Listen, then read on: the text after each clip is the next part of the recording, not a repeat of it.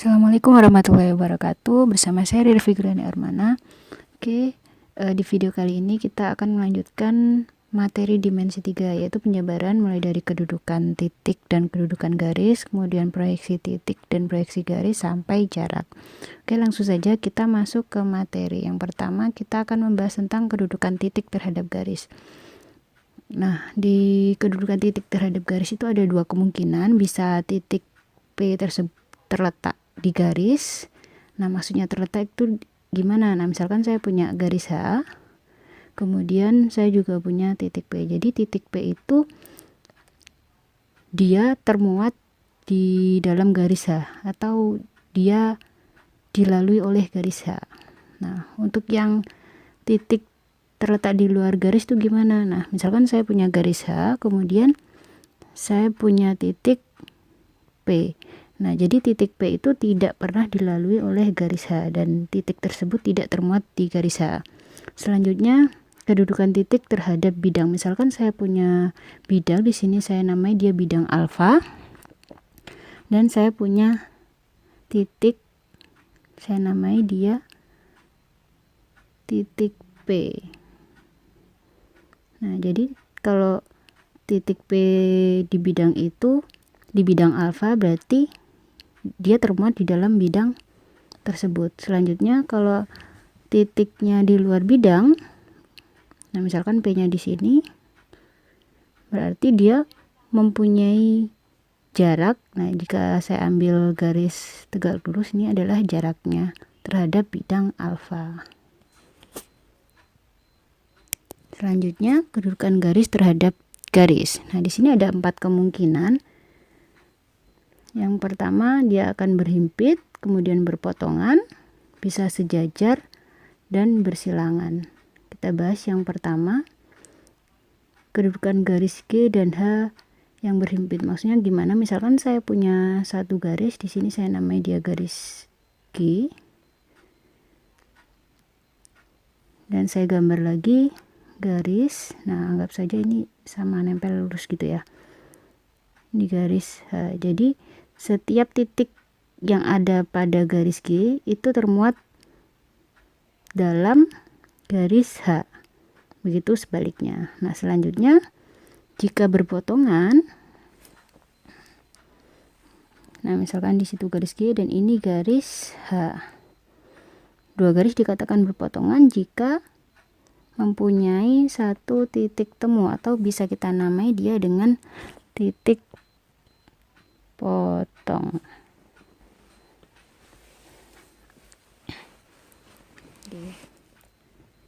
Selanjutnya garis yang sejajar.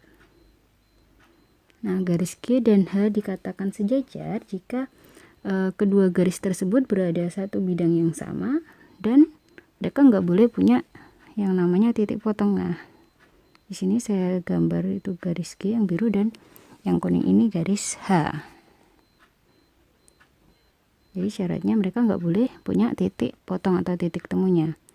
Selanjutnya garis G dan H bersilangan. Nah, di sini ada syarat kedua garis dikatakan bersilangan jika syarat yang pertama tidak sejajar. Jadi syaratnya yang pertama tidak sejajar, kemudian tidak berpotongan. Selanjutnya tidak dalam satu bidang. Nah, jadi ini ketiga syaratnya kalau ada dua garis yang dikatakan bersilangan. Maksudnya gimana? Nah, ini saya gambar satu garis G, kemudian yang satu lagi garis H. Jadi mereka memenuhi ketiga syarat ini, tidak sejajar, tidak berpotongan, dan tidak dalam satu bidang.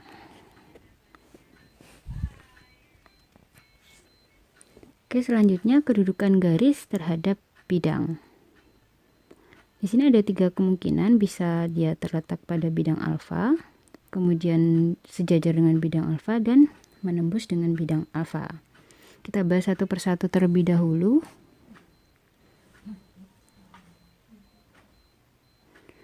Nah, misalkan saya punya satu garis, di sini saya namai dia garis G. Jadi terletak itu ya berarti garis tersebut setiap titiknya itu dia termuat pada bidang alfa.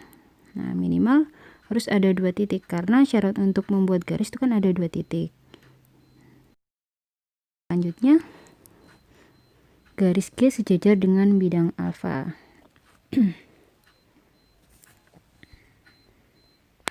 Nah, di sini saya menggambar garis G.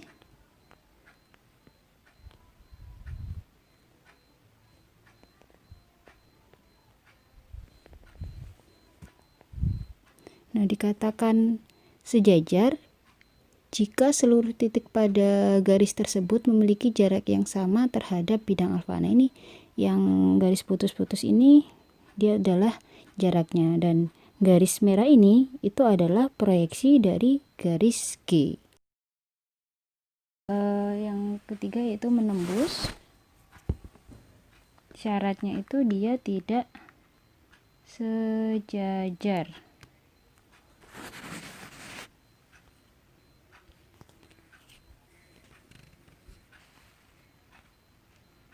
Nah, misalkan saya punya garis. Nah, di sini yang merah ini garis G-nya. Dia itu tembus gitu. Ini adalah titik tembusnya.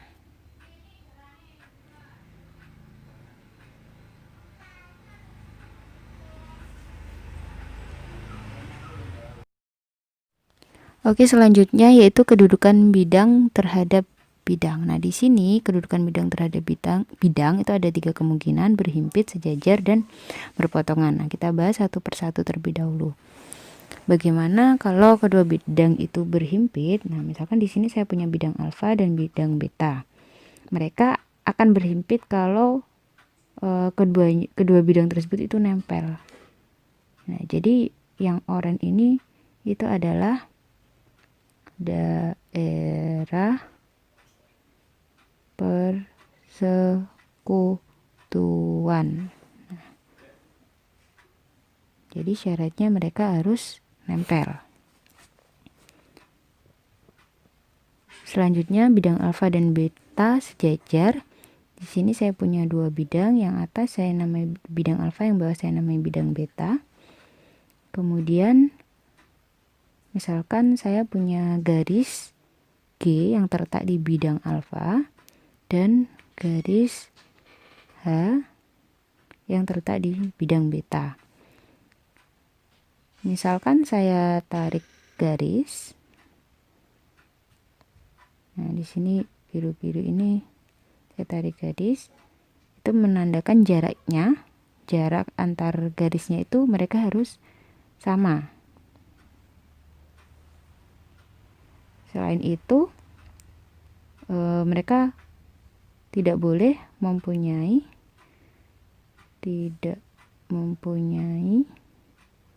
persekutuan. Jadi nggak boleh punya daerah persekutuan, nggak boleh punya titik potong. Selanjutnya bidang alfa dan beta berpotongan, itu syaratnya tidak sejajar. Nah, jadi garis yang pink ini itu adalah garis persekutuan atau perpotongan. Nah, jadi kedua bidang di sini, bidang alfa dan bidang beta, dikatakan berpotongan kalau mereka punya garis persekutuan, yaitu yang pink ini ya. Oke, terima kasih. Misalkan masih belum paham, silakan diulangi lagi videonya. Kurang lebihnya saya mohon maaf. Wassalamualaikum warahmatullahi wabarakatuh.